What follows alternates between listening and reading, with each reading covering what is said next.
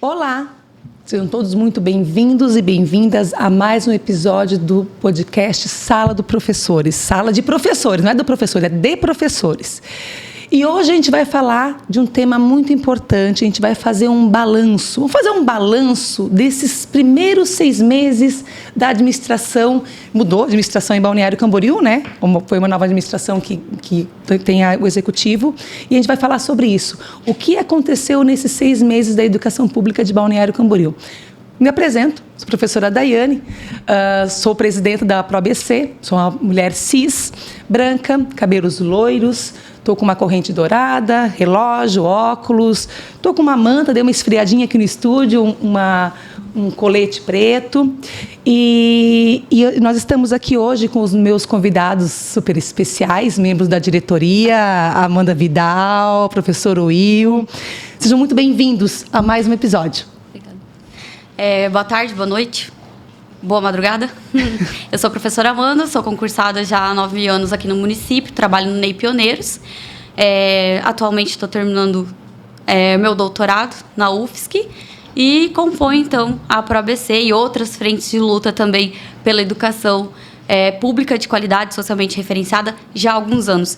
Eu tenho a pele clara, meu cabelo é castanho da altura do ombro, estou usando óculos e também estou com um cachecol porque está friozinho aqui.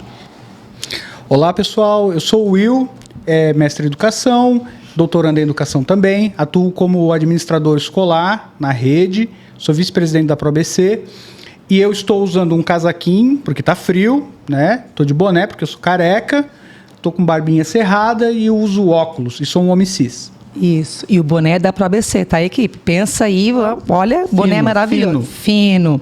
Gente, para começar, quando se começa, vamos falar sobre o quê, né?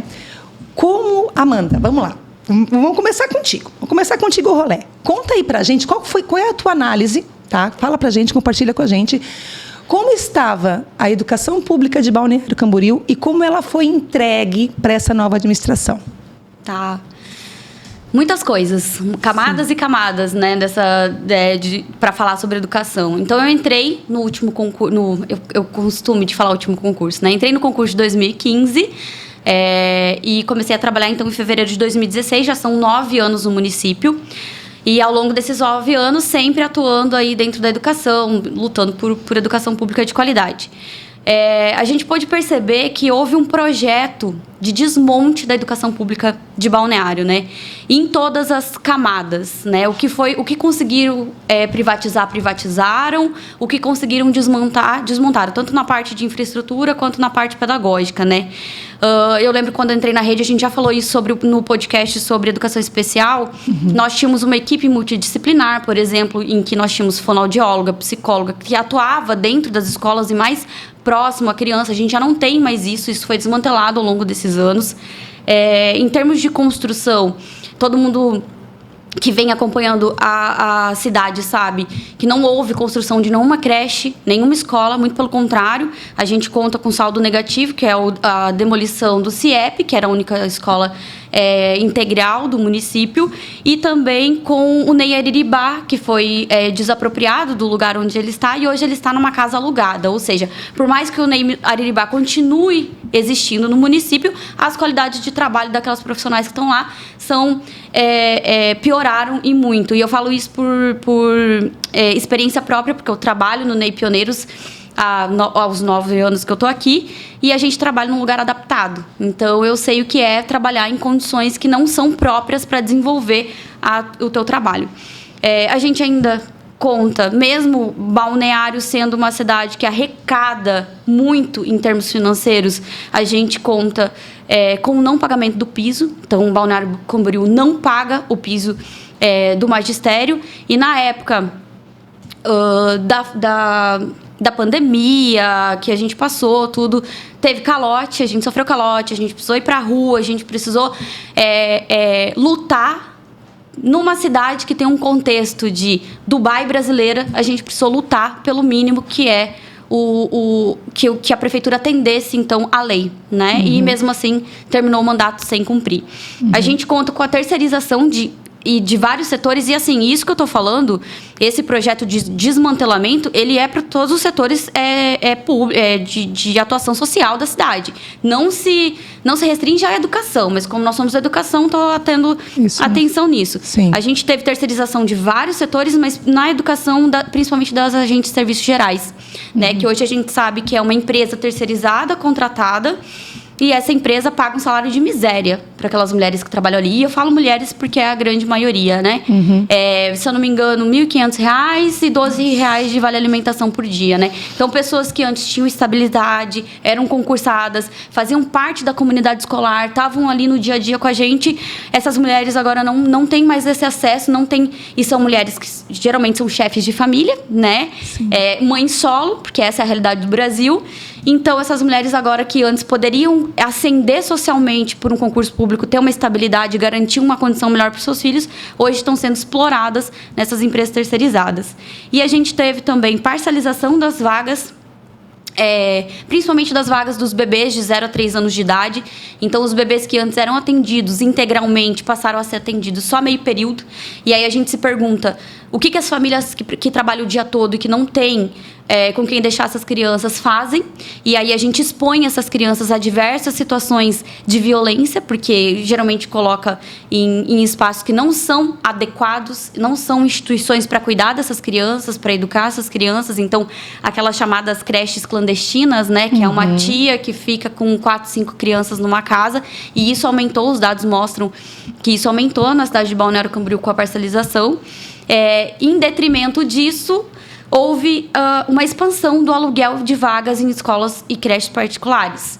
Foi criada essa política, na verdade, na última gestão, né? Ela não existia e foi criada essa política, né? Na verdade, então, política. É a consequência. Prática, porque, né? Prática. Isso, prática. Houve um projeto de sucateamento da educação e, a partir desse sucateamento, se justificou a necessidade de alugar vagas em escolas particulares, porque o município não estava dando conta. Mas não estava dando conta justamente porque foi sucateado, né?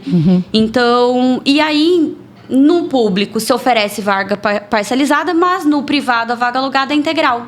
Então, esse pai que chega na Secretaria de Educação para solicitar uma vaga para o seu filho, é ofertado. Tem vaga de meio período no NEI Pioneiros.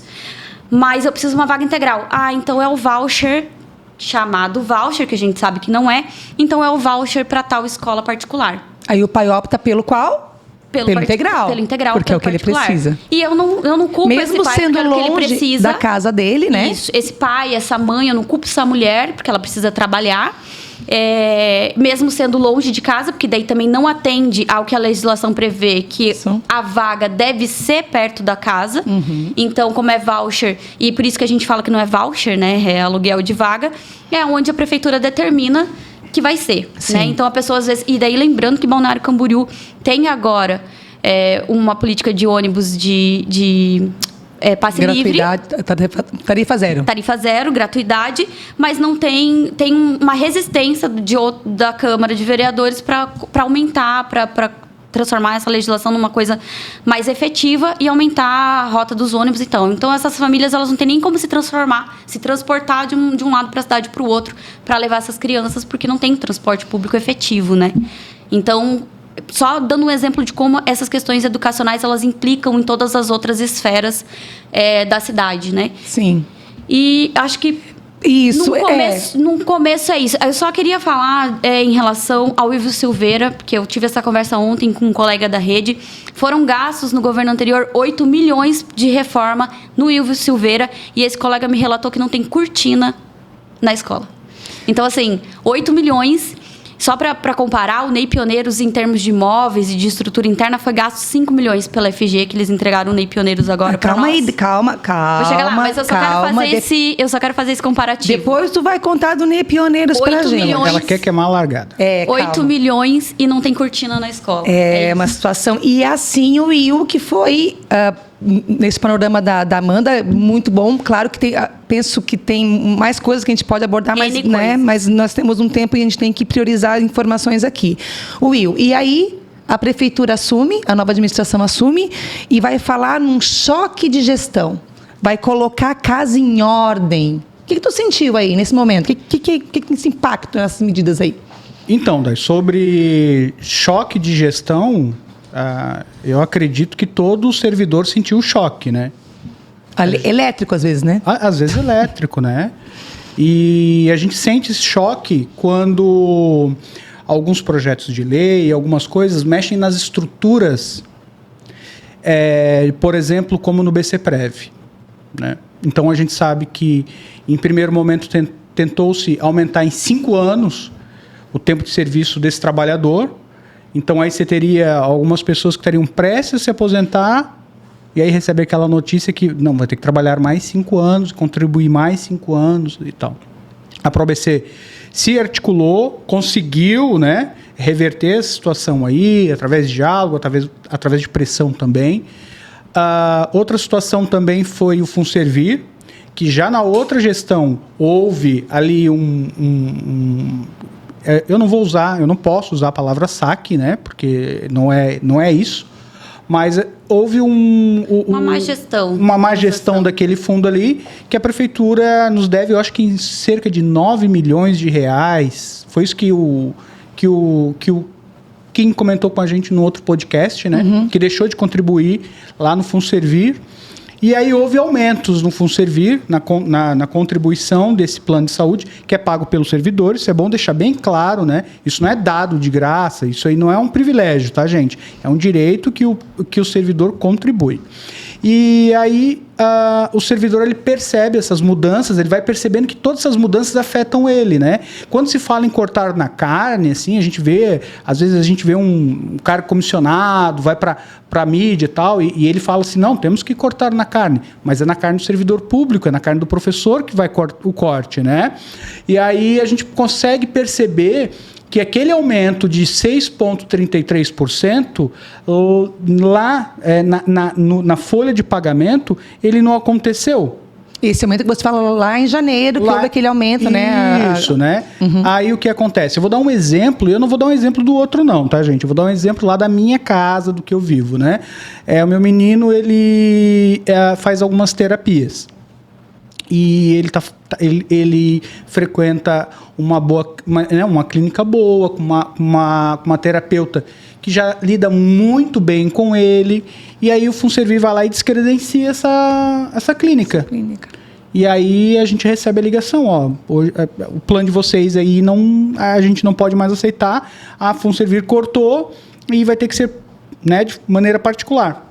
Então, aí você tem agora, o servidor, e isso é uma verdade, porque a gente vem escutando nos grupos dos servidores, eu não consigo mais acessar aquela clínica, não consigo mais fazer esse exame, né? Porque o FUNSERVIR, diz que está ajustando a casa. Uhum. Mas, quando ele ajusta a casa, que, diga-se de passagem, que é uma casa que custa R$20 mil por mês. Literalmente? Literalmente, o aluguel, né? Mas ele está mexendo lá na nossa casa, na casa do servidor público e principalmente na renda dele.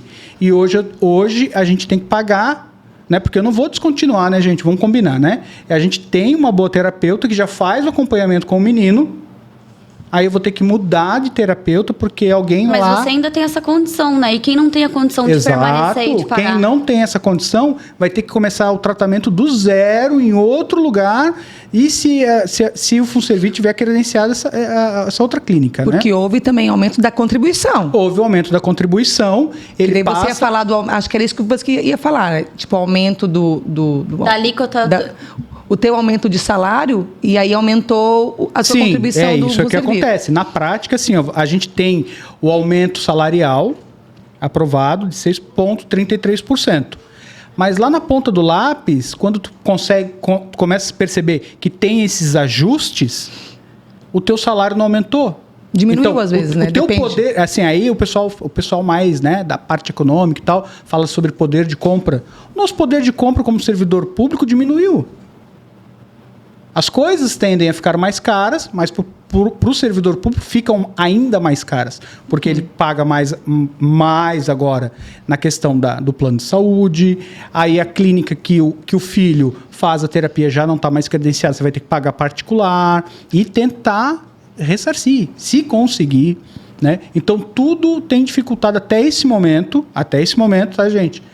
A vida do servidor está mais complicada. Então, foi um choque mesmo. Foi um choque. Eu tô sentindo mas o choque. não foi um choque muito positivo. Vamos dizer que foi um choque no lado negativo. Se a gente está fazendo um balanço... Isso, exatamente. Né? Esse então, é o nosso objetivo aqui. Eu acho que eu falo por muitos servidores. Nesse balanço, até esse momento, o balanço não foi positivo. Isso, na verdade, o servidor está pagando o pato.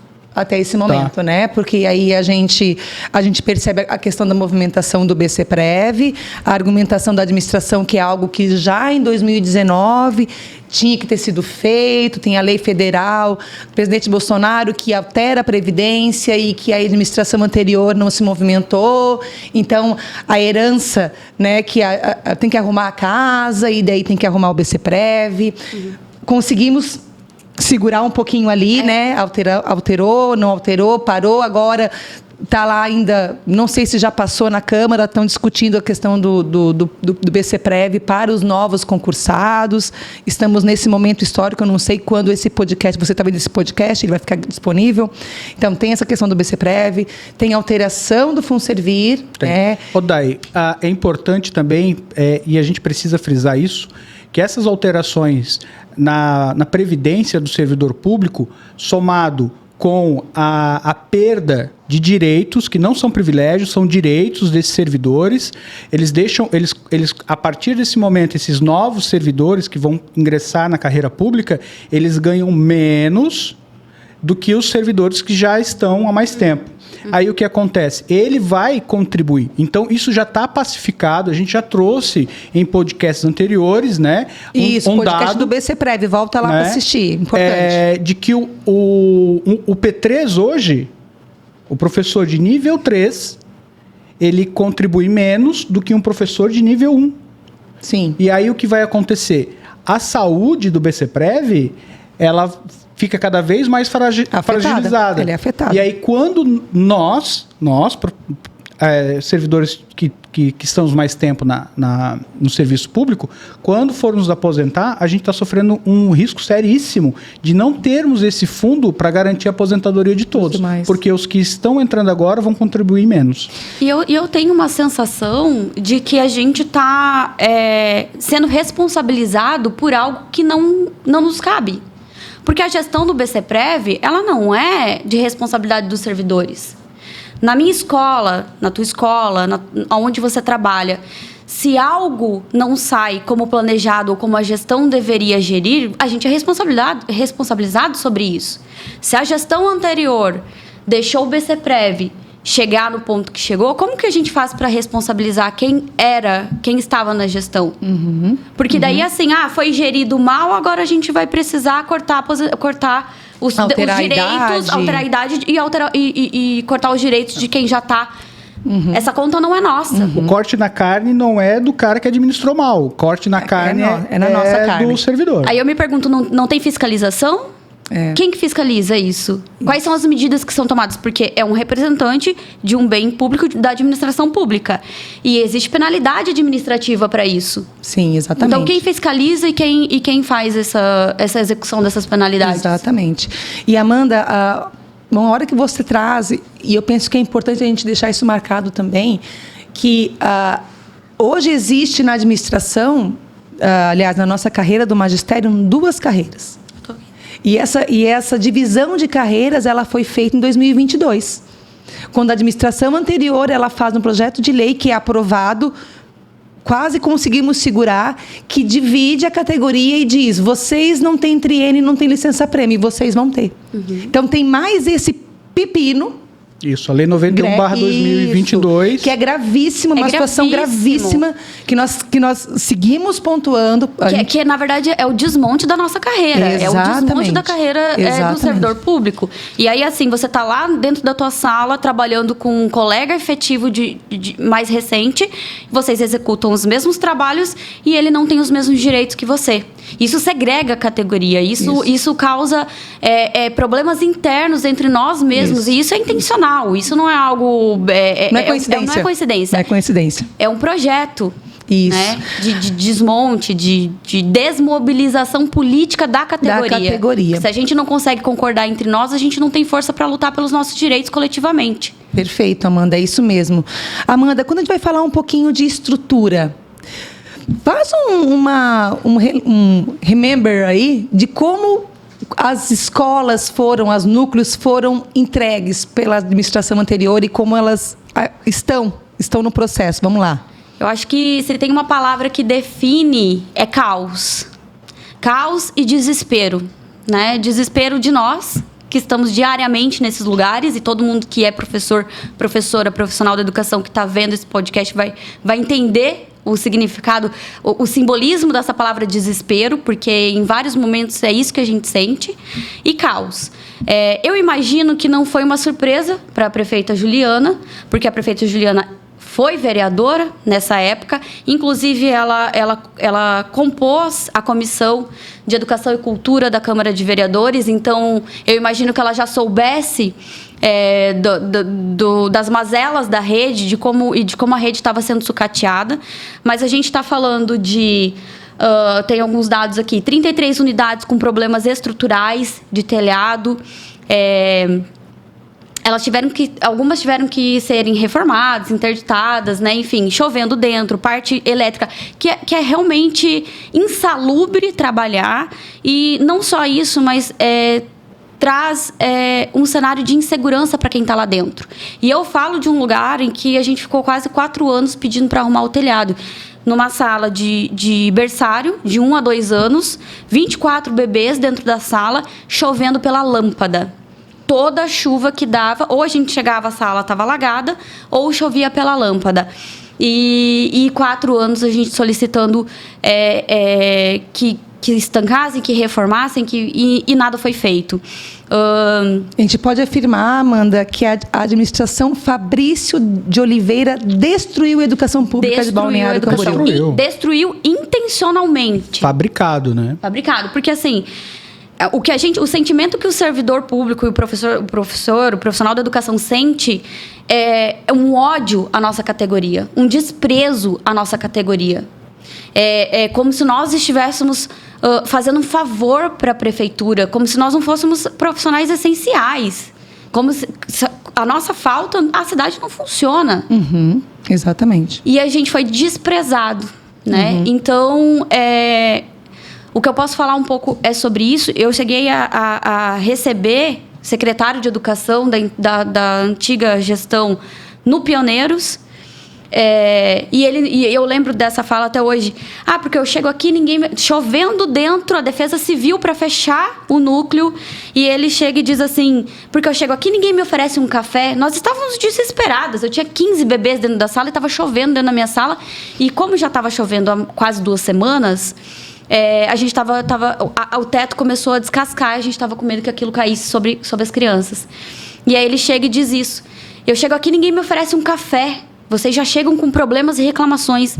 O que eu pude responder é, secretário, a Secretaria de Educação não manda café mais para os professores. A gente não recebe mais café. Então, a gente faz uma vaquinha. Se você quiser tomar café, você pode entrar na nossa vaquinha. Porque nem isso os professores recebem mais. Em qualquer lugar que você vai, tem um cafezinho preto. Sim. Nem isso.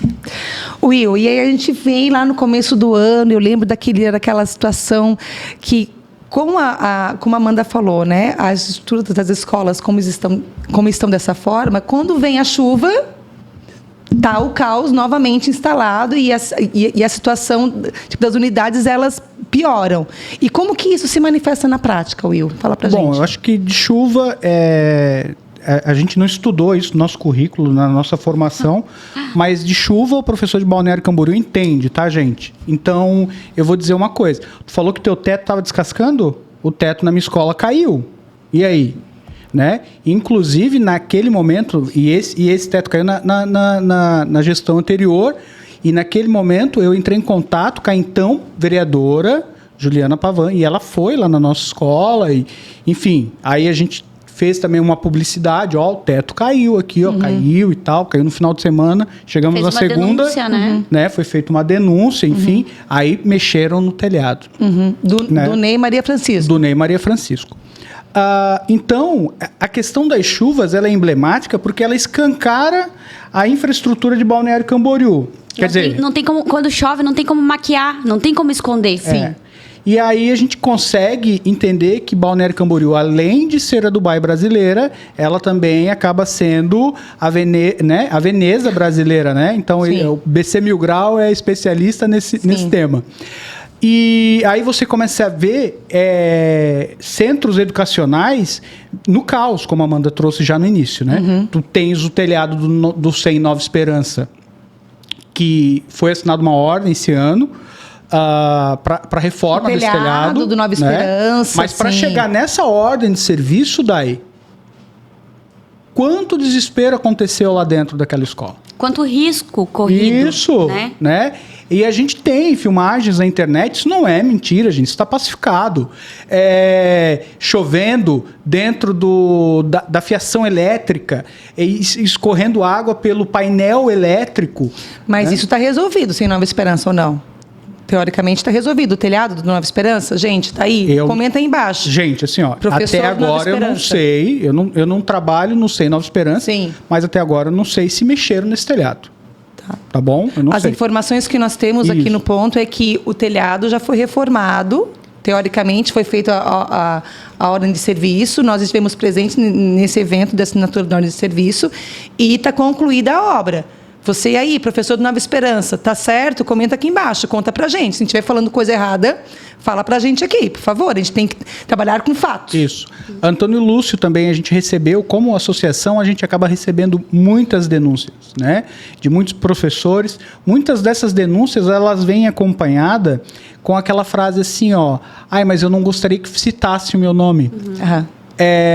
E a gente percebe o medo, né, até desse servidor, né, que ele já é tão achincalhado, né, nas redes sociais, e aquilo eu volto a dizer, sabe, gente, porque isso abre uma ferida no servidor público. Quando a gente tem um outro servidor público, cargo comissionado, que vai para a mídia e fala mal do servidor público. Então, a gente fica numa situação onde a gente fica correndo, apagando incêndio, secando as salas, tudo para não mandar essas crianças embora, né? E as coisas não Mas isso é revelador, porque a gente consegue entender tudo isso que foi arquitetado, esse plano que vai culminar lá nos aluguéis de vaga. Isso. Eu preciso destruir literalmente, como foi que aconteceu com o CIEP, porque a recomendação do Ministério Público não era destruir o CIEP,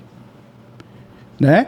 Então, é destruir o CIEP e encaminhar as vagas. Então, hoje você tem uma escola, por exemplo, tá, gente? Você pode consultar lá no site da prefeitura, você pega a razão social da escola privada, coloca lá no site de transparência e vai dizer lá o que tem empenhado, que tem já investido. Então, tem escola hoje em Balneário Camboriú que tem cerca de 150 crianças que tira por ano cerca de 2,5 milhões. Uma só. Uma só. Então, a gente tem, sim, dinheiro em Balneário Camboriú que poderia. Imagina 2,5 milhões na escolinha aí do seu bairro. Imagina 2,5 milhões aplicados lá no SEM Nova Esperança, no Dona Maria, que é uma escolinha pequena. Seria de grande valia para nós. Ô, Will, mas olha só. Aí eu estou lembrando agora das situações do começo do ano. Teve uma unidade em que foi necessário interditar, tirar a criança no final de semana. Assim, eu vendo o Instagram da prefeitura, que assim, na sexta-feira terminou e no final de semana foi feita uma mudança emergencial. Tira a criança, tira móveis. O que aconteceu? O que foi isso? Isso aconteceu e aconteceu na escola vizinha do Dona Maria, né? Do Nini, né? Do Ney Nova Esperança. Aconteceu do lado, no Pequeno Mundo, que é uma escola que ela é bem pequena e atende crianças, berçários, bebezinhos. E ali se transformou um caos também, né? A falta da manutenção regular transforma essas escolas num lugar perigoso, insalubre, como disse a Amanda. E aí ainda bem que acontece no final de semana, né? Sim. E aí quando ligam a energia lá, acontece uma situação que são obrigados a remover as crianças e aí elas tiveram vários dias, né? Aula lá no SEAC na Barra. Então o ônibus ia de manhã, pegava as crianças e levava para lá. Aí houve sim uma reforma. E essa no Pequeno Mundo. Houve uma reforma. É uma reforma de ampliação? Não foi uma reforma de ampliação. Foi uma reforma que permite da estrutura hoje... para ser utilizado o espaço. Isso, foi uma reforma que permite o uso das crianças e desses profissionais para ter um pouquinho de dignidade dentro daquela escola. Certo. Ficou uma boa reforma, teve ajuda, parece que eles receberam até uma doação do Oceanic Aquarium para aqueles pisos plásticos, né? É um piso especial, Certo. né? Que vem a calhar também. Sim. Mas aí foi organizada essa reforma, né? Foi trocado o telhado, foi trocado a elétrica. E eu acompanhei essa reforma porque eu sempre ia lá dando uma olhadinha, Sim, né? Sonhando, né? Esperançar, como diz Amanda e Paulo Freire, que isso aconteça lá na minha escola também. Tá. E Amanda, peraí, agora é tua hora, gata. Agora é tua hora chegou. Eu quero que tu conte pra gente agora. Vamos hablar. Mesmo. Conta pra gente. Ney Pioneiros existe e resiste, é isso? Ney Pioneiros existe e resiste com sede nova agora, graças à nossa luta. Conta pra gente. Vou contar, mas eu quero fazer só um link bem rapidinho com o que eu estava falando, porque é importante. Tá. A gente está falando de infraestrutura e o descaso com a educação e o desmonte, e a gente nem chegou a falar sobre as questões de material pedagógico. Sim, né? sim. Que como diz os colegas da rede, é cola que não cola, é pincel que não pinta, né? Lápis de cor que não colore, então borracha que não apaga. Então, essa é a qualidade, né? E aí eu pergunto para vocês, porque a gente é muito acusado, e inclusive ainda acusado na mídia, de pegar muito atestado, inclusive na audiência pública que nós tivemos agora segunda-feira sobre sobre o aluguel de vagas, isso foi dito que professor da pública pega muito atestado, que não vai trabalhar. Eu pergunto para vocês, você trabalhando num ambiente extremamente insalubre, quem não adoece? Se você não tem as condições necessárias para fazer o teu trabalho profissional de uma forma... se você não tem uma mesa adequada, se você não tem uma cadeira adequada, não há corpo que aguente. E eu estou dizendo isso porque é um processo também de adoecimento e de culpabilização desse profissional que fica doente e que também não pode cuidar da sua saúde porque é vagabundo, porque não gosta de trabalhar. Malandro. É malandro, gosta de mamar na teta do governo. Sim. Então, eu só queria fazer essa ponte, que é um outro debate. Saúde profissional é um tema que o quadro do magistério está doente, né? E nós precisamos de atenção. Fisicamente e mentalmente, isso, né? Isso. Então, e ainda nos culpam por isso. Isso. Mas conta coisa boa, porque a luta tem resultado. Boa. A luta tem resultado. Tem. É isso, né? E eu quero dizer assim, o que nós temos na rede profissionais extremamente qualificados, né? Por conta do plano de carreira que nós tínhamos antes e que agora foi desmantelado com a Lei 91 de 2022, muita gente procurou se especializar, fazer mestrado, doutorado. Eu fico pensando o que nós faríamos com uma estrutura boa, um local de trabalho digno, né? Exatamente. Se com pouco a gente já faz muito, eu imagino que a gente faria. Isso. O Ney Pioneiros é um exemplo disso.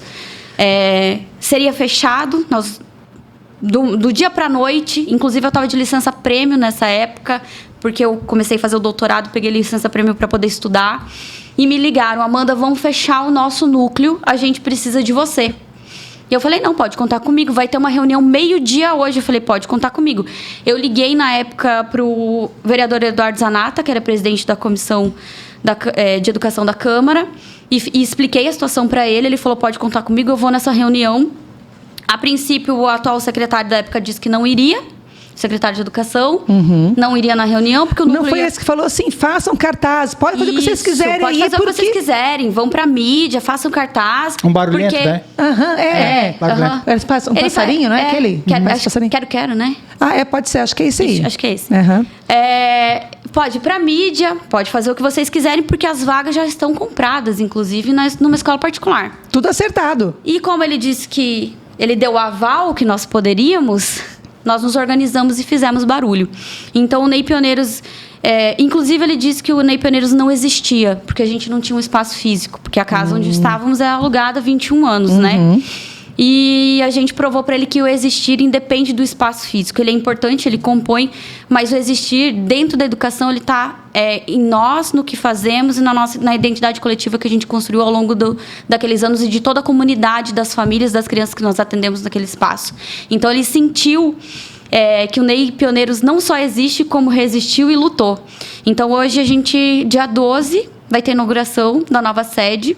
Quem sabe já aconteceu. Provavelmente. Não sei, né? Isso, dia 12 de junho. Esse podcast está sendo gravado antes dessa data, né?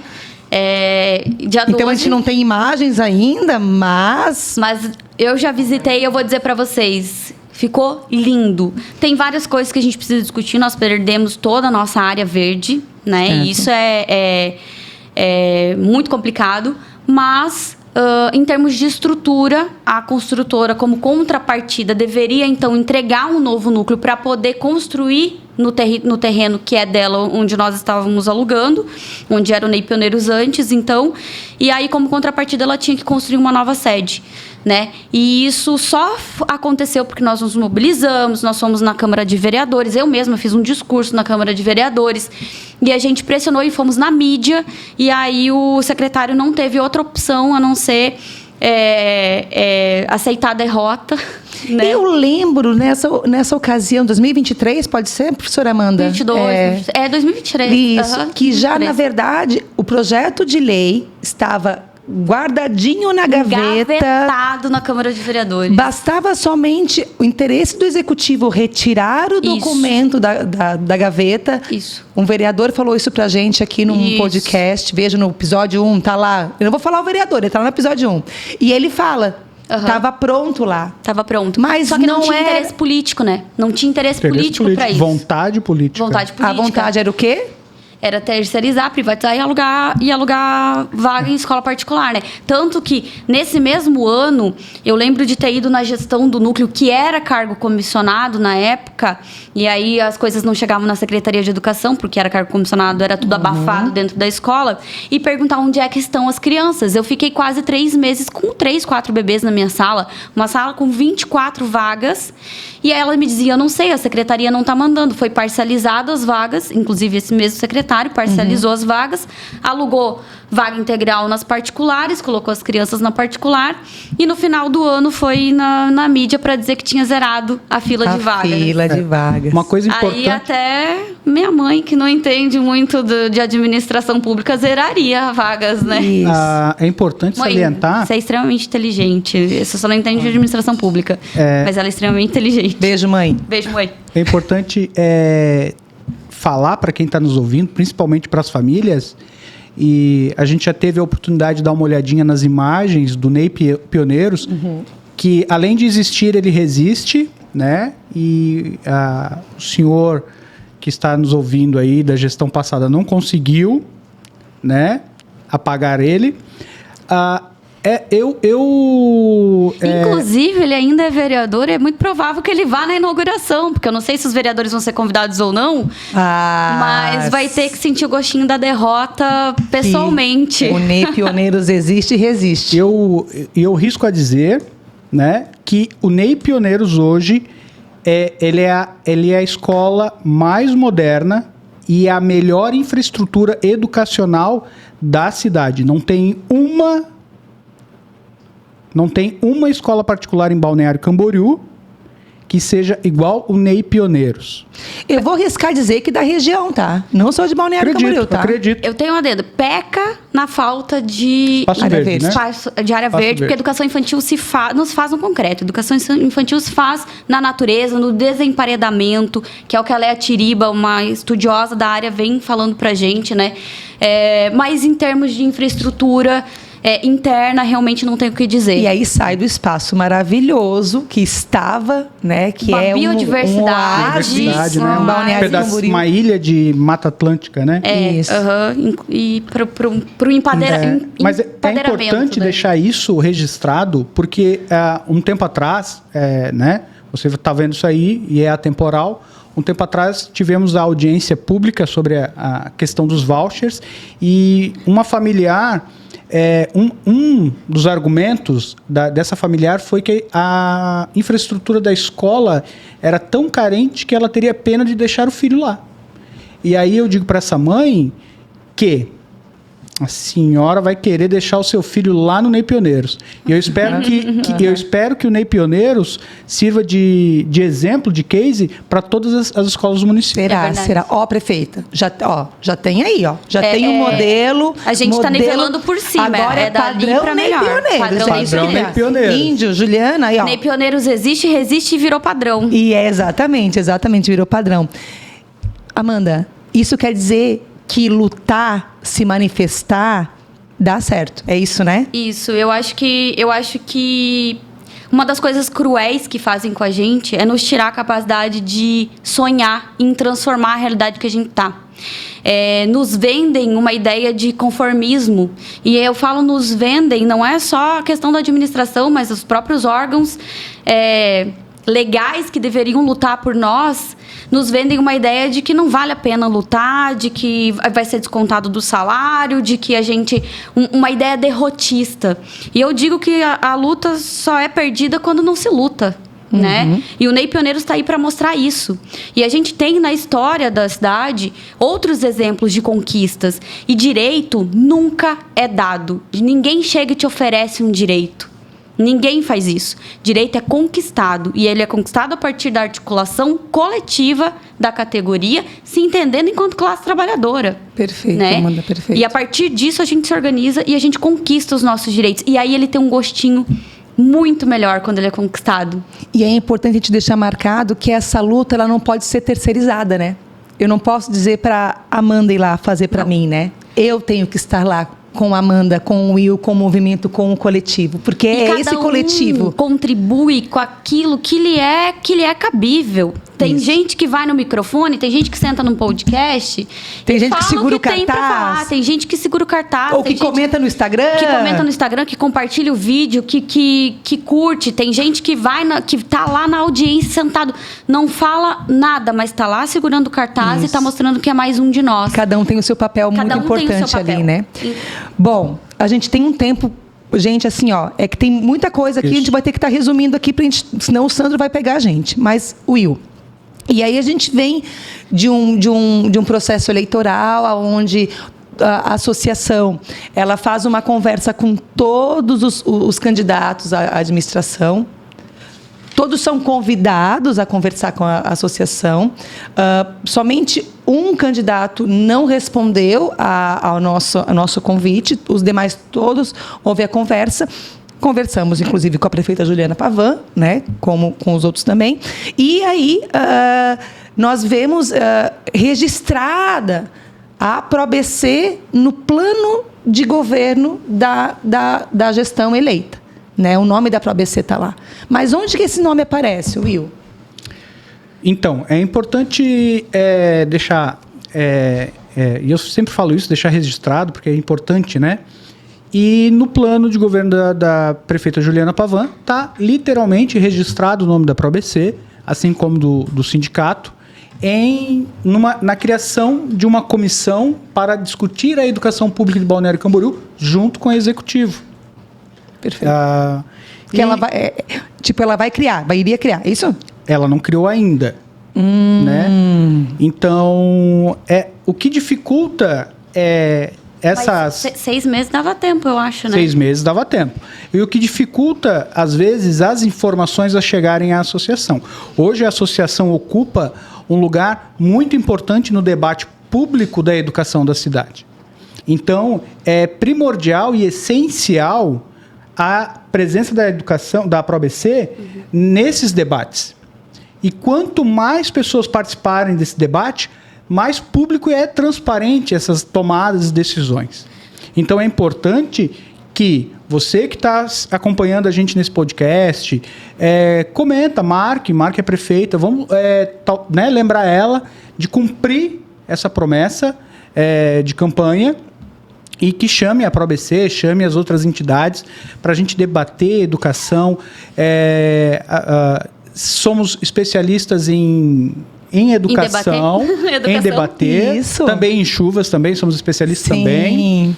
E a gente gostaria muito de propor as nossas ideias sem ter que ficar mendigando, né, a atenção. Isso compromete a educação de qualidade, isso empobrece o debate e não é nada republicano.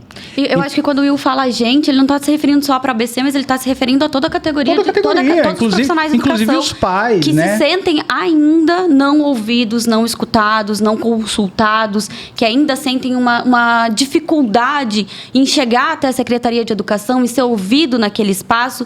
e sentem a hierarquização, que tudo que é definido vem de cima para baixo, né? Burocracia. Quando, na verdade, deveria se ouvir a base que está ali, né? E que está no dia a dia e que constrói a educação todos os dias. Exato, é isso mesmo. Porque a gente, enquanto educadora, a gente entende o quanto é necessário o diálogo, né? E a prefeita fala isso, né? Mais escutar do que... A gente sentiu uma diferença nessa mudança de gestão. Isso. Uma abertura para o diálogo que foi totalmente encerrado na gestão anterior. Isso. Eu acho que isso a gente tem que ser honesto em pontuar. Sim. Né? Uma abertura para o diálogo, uma abertura para a escuta não é suficiente. Né? E aí a gente está falando em termos de história, eu queria trazer que a ProABC, ela nasce justamente desse caos que se tornou a educação.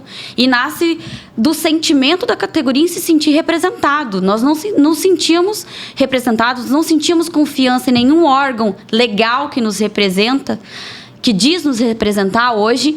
E aí foi um grupo de professores que se reuniu, que nem se conhecia, inclusive. Conhecendo lá, né? Nos conhecemos na luta sindical. Isso, né? Exatamente. A Dai sempre fala essa história. Ela me jogou o megafone na mão e falou, vai. Eu subi no banco da Atlântica e fui. Exatamente. E a gente está aqui hoje, né? E me apresentou o Will e a gente viu que a gente convergia na luta, que era o nosso objetivo, né? Então, falando um pouco de história, a ProABC nasce disso, e a ProABC, ela constrói uma cisão na cidade, que é... Antes, a Câmara de Vereadores estava acostumada a votar sobre nós e a decidir sobre nossa vida profissional e sobre nossa vida pessoal, porque uma está articulada, relacionada à outra, sem que ninguém... debatesse, sem que ninguém soubesse. Sem a nossa presença. Sem a nossa presença, sem o nosso consentimento, sem a nossa opinião. E desde o nascimento da ProABC, isso mudou. E alguns vereadores entenderam isso no começo e outros demoraram para compreender. E hoje eu posso afirmar olhando para vocês, que não tem como discutir educação pública de qualidade socialmente referenciada, qualquer projeto, qualquer lei. Hoje, em Balneário Camboriú, não se discute sem a presença da ProABC. Isso é um fato. E a gente tem hoje na associação, nesse coletivo de pessoas, né? Porque a gente sabe que a educação é algo muito grande, né? E tem todas as suas especificidades. A gente vai falar de educação integral, aí tem a EJA, aí tem educação infantil, tem o fundamental. Educação especial, tem várias áreas. E aí, quando a gente vem para a ProABC, né? Eu sou especialista em EJA, aí a Amanda vai para educação infantil. O Will, administração, está estudando relações étnico-raciais. E a gente tem a professora Regina, que é mestre em educação especial. O Marcos do fundamental, que é geografia. Então, assim, o professor Tiago, da geografia, a gente tem eu não vou falar mais, porque tem muita gente que contribui e estuda. Gabaritada, né? Isso, porque como a gente discutiu nessa dita audiência pública lá, que está disponível no YouTube, gente, na Câmara de Vereadores, vai lá no site da Câmara de Vereadores, está disponível essa audiência pública que a gente está falando. E aí a gente fala de planejamento, né? É necessário planejar as coisas para acontecerem, e a educação de Balneário Camboriú tinha um planejamento. Tinha um planejamento elaborado lá em 2015 com um coletivo organizado pela administração, e ele foi totalmente ignorado. Chamado Plano Municipal de Educação. O dito cujo, o próprio, que está finalizando esse ano as estratégias, e aí é um outro programa que a gente tem que falar, talvez, como foi, o que é e o que não aconteceu desse Plano Municipal de Educação, mas... Foi tudo, praticamente. Isso, mas aí o que a gente tem que deixar marcado é que, assim, a Associação de Professores e Especialistas, ela traz essa qualificação na discussão. Porque quando a gente vai falar de EJA, de educação infantil, eu não vou com achismos de opiniões do ar. Não, a gente vai com dados, com informações, com realidade. E é a partir disso que nós estamos falando. Não é de eu acho que tem que ser assim, não. É a partir de legislação. É do coletivo, que é discutido, é algo deliberado e estudado quando a gente vai abordar algum assunto. Eu acho que, nesse sentido, que a imprensa nos procura, né? Qualquer situação relacionada aos canais de comunicação. Bom, o que a ProABC pensa disso? Esse é outro ponto. Os canais de comunicação também entenderam que não se discute educação em Balneário sem passar pela ProABC. Exatamente. Tudo isso é que muito acontece, importante. A gente recebe ligação. E assim, só para frisar, tudo isso daqui que a gente faz é voluntário. Isso, Amanda, bem lembrado. Às vezes é o contrário, a gente tira dinheiro do bolso, porque a gasolina pra lá, a gasolina pra cá, e tem que levar isso, tem que fazer cartaz, e tem que fazer banner. A gente tem a contribuição dos associados, mas principalmente lá no começo, foi muita coisa do nosso bolso, né? Gente, o nosso tempo tá... Olha lá o relógio. Tá o relógio não para. O relógio, a gente fica falando, eu olho pro relógio... Paulinho, tem que arrumar um relógio melhor. Isso aí, o relógio não tá bom. Se o relógio ficar andando para lá e para cá, ele tá muito rápido. Para nós encerrarmos, Will, eu quero que tu encerre com uma fala que a gente possa esperançar. Bom, antes de encerrar, como a gente se comprometeu em tentar fazer um balanço que em 1 hora a gente... Possível, né? Falhamos miseravelmente nessa empreitada, Sim. porque 1 hora é pouco. Temos que fazer mais um, vai ter o balanço 2. É importante a gente pontuar algumas coisas, né? Lá no início desse episódio, a gente falou que foi saldo negativo na questão das leis que atingem diretamente os servidores, né? A gente precisa ser honesto também em relação à resposta rápida, por exemplo, do NEI Pequeno Mundo, que é algo positivo. Ok. A gente precisa dizer que essa entrega dessa nova unidade NEI Pioneiros é algo positivo para a cidade, né? Principalmente para as crianças. Aí a gente chega nessa questão da comissão de tratativas de educação, que ainda não aconteceu, e a gente precisa deixar claro que é um saldo negativo nisso. Sim. Isso. Que precisa ser, né, honrado. E aí... Porque aí eu vou te cortar um pouquinho, porque talvez, Will, se essa comissão já existisse lá em janeiro, muitas questões relacionadas a BCPrev, Junta Médica, Funservir, várias situações já poderiam ter sido discutidas nessa comissão. Muitos descompassos de comunicação já poderiam ter sido sanados no cerne antes de sair. A impressão que eu tenho um pouco, fazendo esse balanço dos 6 meses, é que foi aberto um canal de diálogo que foi fechado no governo anterior, né, na gestão anterior, e ele foi reaberto Reaberto não, acho que foi aberto, né? Porque não tinha, existia, né? Exatamente. Ele foi aberto, mas ainda é uma via unilateral. Isso. Como se a gente tivesse que ouvir as propostas do executivo e tentar... Sem contribuir. E eu acho que se o executivo quer, de fato, trabalhar em conjunto, ele vai ter que mais nos ouvir, porque a gente passou por muita coisa nessa última gestão. Muita coisa. Então, os servidores, eles estão, assim... qual que é a palavra, Will? Angustiados. Angustiados. Né? Fomos massacrados, né? Então, eu acho que, primeiro de tudo, seria nos ouvir. Né? Então, o que eu digo, né? E o que eu vou dizer claro que não só para a prefeita, obviamente, mas para todo mundo que acompanha a ProABC, para os pais, para os nossos colegas, para os outros servidores. Educação não se faz no gabinete. Educação não se faz em uma sala fechada de 4 paredes. A educação é feita lá no chão de sala de aula. Naquele professor que ele está sujo com giz, sujo com barro, né? Sujo de massinha, com tinta. A educação é feita lá na escola. É feita com as mãos. Quem pode falar pela criança, pelo aluno, por si mesmo, é o professor. É o profissional da educação que está lá no fogão, que está lá passando pano, que chega mais cedo na escola porque ela vai estar chovendo e a gente precisa saber se a escola está apta para receber as crianças, né? A gente precisa consultar essas pessoas. Então, prefeita, chama a ProABC, vamos conversar. Isso. Amanda. Para finalizar, esses professores e essas professoras, elas estão falando. Nós estamos nos organizando coletivamente. Eu acho que isso já ficou claro e vai ficar mais claro ainda daqui para frente. Então, é bom que nos escutem. Isso. Só isso que eu tenho para dizer. Isso, porque os profissionais do magistério, acredito, que eles estão entendendo que há um lugar onde eles possam ser ouvidos. E essa fala reverbera. Reverbera e nós somos escutados. Porque nós nos fazemos escutar. né? A gente ocupa espaços que antes não eram ocupados. E nós estamos ocupando, porque nós sabemos onde é o nosso lugar. Nós sabemos porque a gente estuda, a gente atua na sala de aula, a gente está no dia a dia da sala de aula. E sim, nós sabemos sobre educação. E é bem como você falou, Will, para falar de educação e criar política pública sobre educação, é conosco. Não é sobre a gente, é com a gente. Isso. Né? E nós estamos dispostos, sim, a ajudar a construir a política pública, a fazer a educação de Balneário Camboriú voltar a ser o que ela era, porque ela vai voltar a ser o que ela era. E a ProABC está disponível para conversar com a administração, porque esse é o movimento.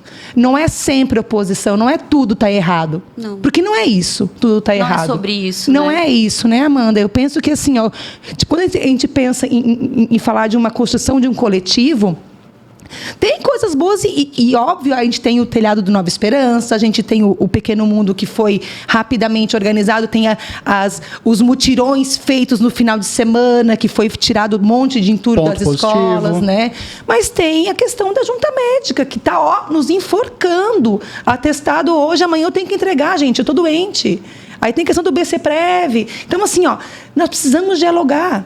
Nós estamos com um quadro de magistério que está doente. A gente tá cansado, né, de ser penalizado, né, por essas questões que não nos competem. Nós temos servidores, né, de todas as classes, né, na prefeitura. Sim.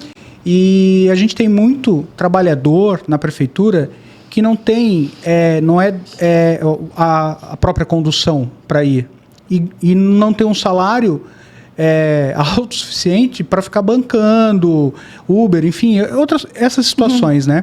E hoje esse servidor, o que acontece? Ele pega um atestado, antes ele conseguia emitir pela internet, e dependendo ele tem que ir lá, né? Se for no caso, na nossa região, que é a região sul, ele tem que atravessar a cidade. Sugiro deixar, né, uma proposta, quem sabe, colocar ao menos, né, um setor da junta na região sul, lá na prefeitura da região sul, para atender esses trabalhadores que ali estão. Sim. O ideal seria voltar a ser pela internet. Vamos usar os recursos que nós temos aí, né? Mas, enfim, gente, o balanço desses 6 meses mostra uma gestão que enfrenta uma herança de problemas estruturais graves na educação. Vimos ações positivas e necessárias, como a reforma do Pequeno Mundo, mas também medidas impopulares, que geraram um forte desgaste com o funcionalismo público, que nós já falamos aqui, né? As promessas de diálogo e de priorização da rede pública ainda estão sob escrutínio da sociedade. Fica claro que os desafios são imensos, mas o potencial financeiro da cidade também é. Continuaremos de olho, cobrando e informando. Agradeço a você, nosso ouvinte, pela companhia e até o próximo episódio. Escreve aqui embaixo. Juliana, cria a comissão. Vem com a gente.